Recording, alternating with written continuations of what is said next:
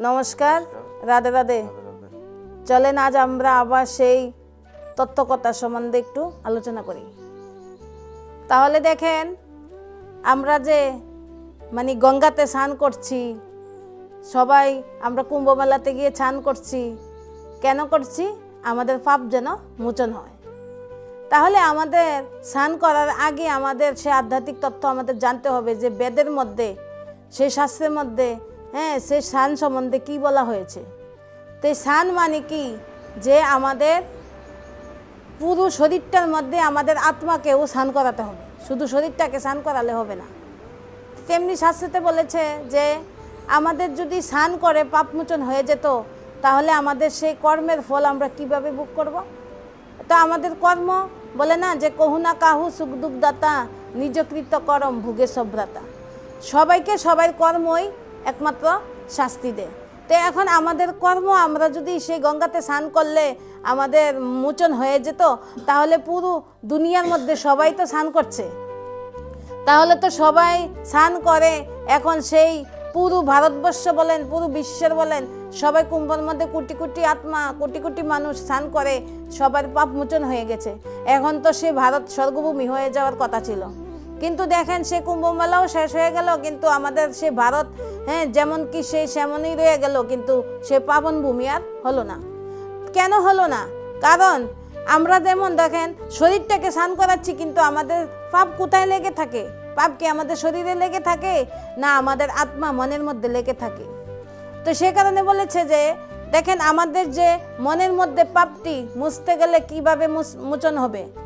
যেমন বলেছে যে আমাদের এই শরীরটা একটা কি, শরীরটা আমাদের আত্মাকে দিয়েছে ভগবান কি করার জন্য?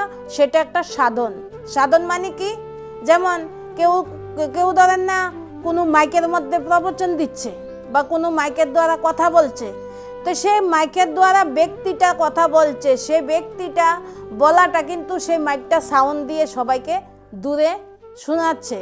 কিন্তু দেখেন সেই শোনানোর মাঝখানে যদি ভালো কথা বলে, তাহলে সেই দূরের মানুষ শুনে খুশি হবে, আনন্দ হবে।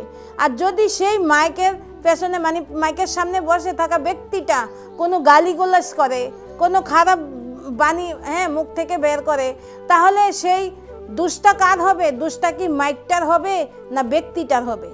তাহলে মাইকটা আমাদের মাঝখানে কি একটা মিডিয়া, কি একটা সাধন।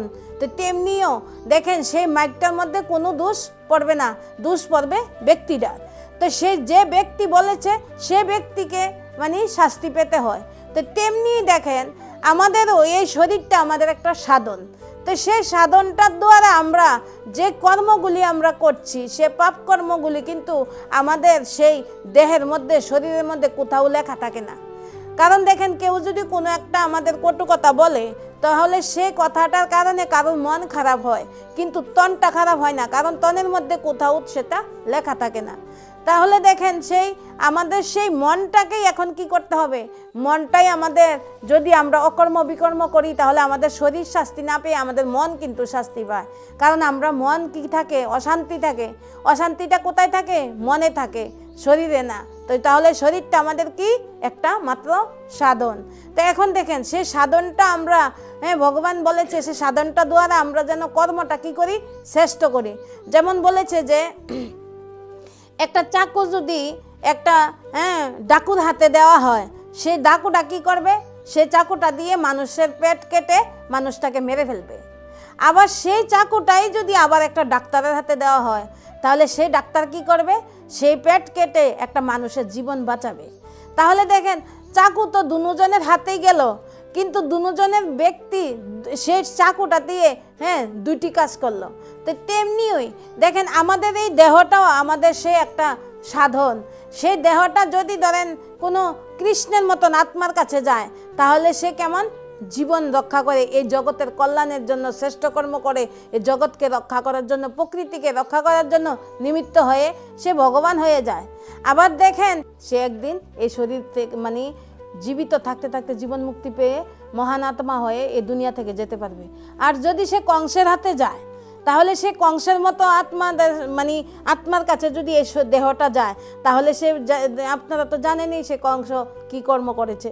তাহলে নিকৃষ্ট কর্ম করে পাপী হয়ে মহাপাপী হয়ে এ দুনিয়া থেকে একদিন নরকগামী হয়ে আমাদের যেতে হবে।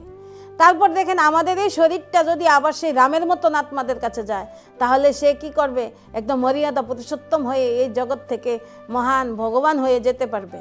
আর যদি সেই রাবণের মতন সেই আত্মাদের কাছে এই দেহটা যায়, তাহলে এই দেহটাতেই সেই রাবণও একদিন মহাপাপী হয়ে মৃত্যুবরণ করেছে। তাহলে দেখেন আমাদের সেই চাকুটা যার হাতে যাবে, সেই চাকুটা সেরকম সংস্কারের কর্মই করবে। তেমনি আমাদের এই দেহটা যার যার আত্মার মধ্যে যাবে এই শরীরটা, সেই আত্মার সংস্কারই শরীরটার মধ্যে ধারণ করবে। তাহলে দেখেন আমাদের সেই শরীরটাকে এখন আমাদের দেখেন শরীরটার মধ্যে আমরা ধুচ্ছি, কিন্তু শরীরে পাপ যাবে না। এত যে ডাকু পাপ করছে ছুরিটা দিয়ে, সেই ছুরিটার মধ্যে কি পাপটা লেগে থাকে না ডাকুটাকে শাস্তি দেওয়া হয়?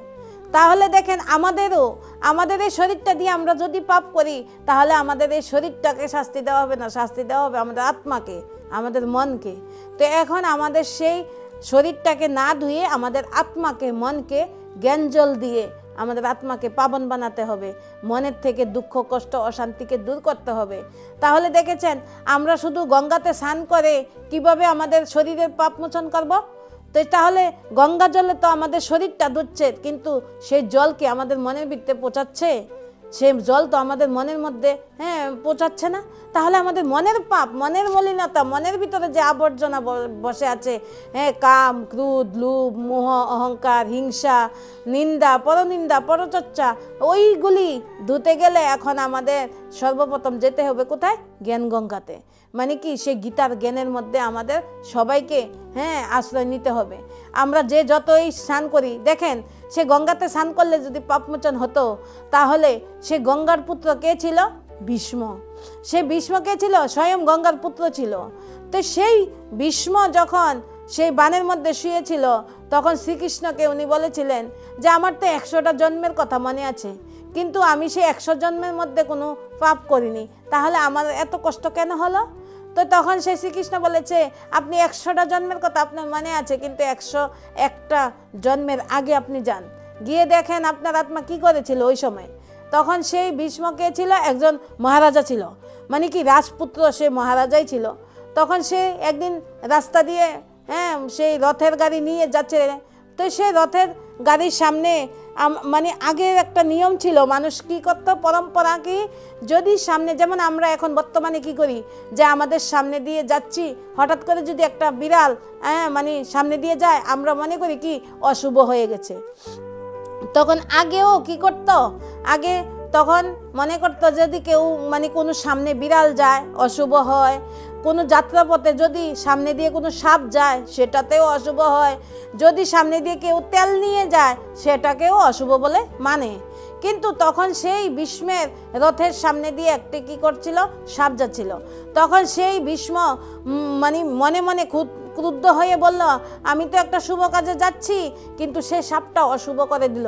তখন সেই সাপটাকেই মারার জন্য কি করলো, সেই বল্লম দিয়ে গায়ে দিয়ে একদম জোর করে দূরে ফেলে দিল। কিন্তু সেই সাপটা গিয়ে পড়লো কোথায়? সে বাবলা কাটার গাছের মধ্যে।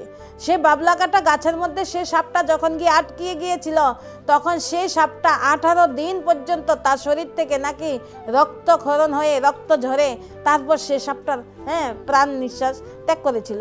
তো সেই জন্য নাকি ওই পাপটার কারণে নাকি ভীষ্মর এই শাস্তিটা ভোগ করতে হয়েছিল। তাহলে দেখেন সেই ভীষ্ম যদি, যেমন দেখেন আমাদের 100 জন্মের আগের কথা, আসলে এই 100 জন্মের আগের কথা তো কেউ বাস্তবে দেখেনি। আসলে কি সেটা সত্য না মিথ্যা?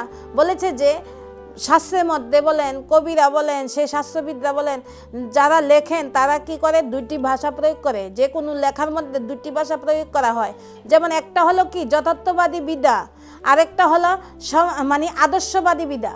তো যথার্থবাদী বিদ্যা কি, যে ঘটনা সত্যিকারে হয়েছে সেটাকেই কাহিনী রূপে জগৎকে শিক্ষা দেওয়ার জন্য একটা কাহিনী প্রস্তুত করা হয়। আর আরেকটা হলো আদর্শবাদী বিদ্যা, সেটা হলো কি, যেমন কোনো ঘটনা হয়েছে কি না হয়েছে সেটার কোনো গ্যারান্টি নাই, কিন্তু সে কাহিনীটাকে একটা মূল হিসাবে ধরে নিয়ে জগৎকে শিক্ষা দেওয়ার জন্য একটা কাহিনী তুলে ধরছে। তাহলে সে ভীষ্মের কাহিনীটা হোক জগৎকে শিক্ষা দেওয়ার জন্য শ্রীকৃষ্ণ সে ভীষ্মকে বোঝানোর জন্য উনি সে কাহিনীটাকে আদর্শবাদী বিদ্যা বলে সে কাহিনীটাকে তুলেছেন। তাহলে দেখেন সে ভীষ্ম যদি স্বয়ং সে গঙ্গার পুত্র ছিল, যে গঙ্গাতে ডুবকি লাগালে নাকি মানুষের পাপ ধুলাই হয়, মোচন হয়, তাহলে সে গঙ্গা, হ্যাঁ গঙ্গার সে পুত্রকে সেই একটা পাপের জন্য সেই পাপটা কেন মোচন করতে পারলো না? কারণ দেখেন আমাদের বলে যে আমাদের রিশতা মানে কি সম্বন্ধ, বলে সবচেয়ে বড় সম্বন্ধ হলো কি একটা সন্তানের আর একটা মায়ের সম্বন্ধ, একটা মা আর একটা সন্তানের সম্বন্ধ হলো সবচেয়ে আপন। তাহলে দেখেন সেই গঙ্গা যদি তার নিজের সন্তানের পাপ মোচন করতে পারেনি, তাহলে আমরা তো গঙ্গার কোনো রিশতেদারিতে আসি না, গঙ্গা কোনো আমাদের আত্মীয় স্বজনের মধ্যে আসে না, তাহলে আমাদের পাপ গঙ্গা কি করে মোচন করবে বলেন? তাহলে দেখেন সেই গঙ্গার জলের মধ্যে স্নান করে সে ভীষ্মেরও যখন পাপ মোচন হয়নি, তাহলে আমাদেরও সে যতই জলের মধ্যে ডুবকি আমরা লাগাই ততই আমাদের আমাদের কোনোভাবেই আমাদের পাপ মোচন হবে না। তো সে কারণে বলেছে যে তন কো ধোয়া বহুতনে মন কো ধোয়া নেহি, এসা গঙ্গা নাহানে সে ভি ক্যা ফায়দা। বলেছে যে তনেরে তো সবাই ধুতে ভিড় লাগাচ্ছে, কিন্তু মনটাকে ধোয়ার জন্য কয়জন ভিড় লাগায় সৎসঙ্গে বলেন? তাহলে বলেছে যে আমাদের সেই মনের পাপ মোচন করতে গেলে আমাদের সবাইকে, প্রত্যেকটা মনুষ্য আত্মাকে সৎসঙ্গে যেতেই হবে। বলেছে বিন সৎসঙ্গ বিবেক না হই, বিনা সৎসঙ্গে যখন বিবেক খুলবেই না, তাহলে বিবেক না খুললে আমরা জানবো কিভাবে যে আমাদের মনের পাপ, আমাদের মন আর বুদ্ধির মধ্যে পাপ কিভাবে লেগে থাকে? তাহলে বুঝেছেন, এখন আমাদের সেই গঙ্গার জলে আমরা যতই স্নান করি কোনো লাভ হবে না, আমাদের আসল স্নান করতে হবে কোথায়? আমাদের সেই জ্ঞানের গঙ্গাতে। তাহলে দেখেন এত স্নান করার পরেও যদি স্নান করে পাপমোচন হতো, তাহলে ঘরে ঘরে স্বর্গভূমি হয়ে যেত, আর ঘরে ঘরে স্বর্গভূমি হয়ে সমাজ বদলে যেত, সমাজের পরে রাজ্য বদলাতো, রাজ্যের পরে দেশ বদলাতো। তাহলে এত বড় কুম্ভ মেলার মধ্যে প্রতিদিন কোটি কোটি আত্মার স্নান করেছে, কিন্তু ভারতবর্ষ সেই নরকেই সবার ঘরে ঘরে অশান্তি যেমন কি তেমনই রয়ে গেছে। স্নান করে এসেছে কুম্ভ মেলা থেকে, কিন্তু এসেই বাড়ির মধ্যে দুদিন পরে ঝগড়া লেগে একজনের মাথায় একজন বাড়ি দিয়ে, কেউ গিয়েছে হসপিটালে, কেউ গিয়েছে জেল কারাগারে। তাহলে বলেন সেই স্নানের মধ্যে দিয়ে কি লাভ হলো? তাহলে যদি আমরা সেই মনটাকে রোজ আমরা জ্ঞান গঙ্গাতে স্নান করাই, তাহলে আমরা যে কোনো কর্ম করতে গেলে আমাদের বিবেক আগে জাগ্রত দিবে যে সেই পাপ কর্মটা আমরা করব কি করব না, পুণ্য কর্মটা আমরা অতি সহজে করতে পারবো, পাপ পুণ্য আমরা জেনে যেতে পারবো। তাহলে বুঝেছেন যে আমাদের আসল স্নান কোথায় করতে হবে? আমাদের আসল স্নান আমাদের সেই গীতারূপী জ্ঞান গঙ্গাতে আমাদের আসল স্নান করতে হবে।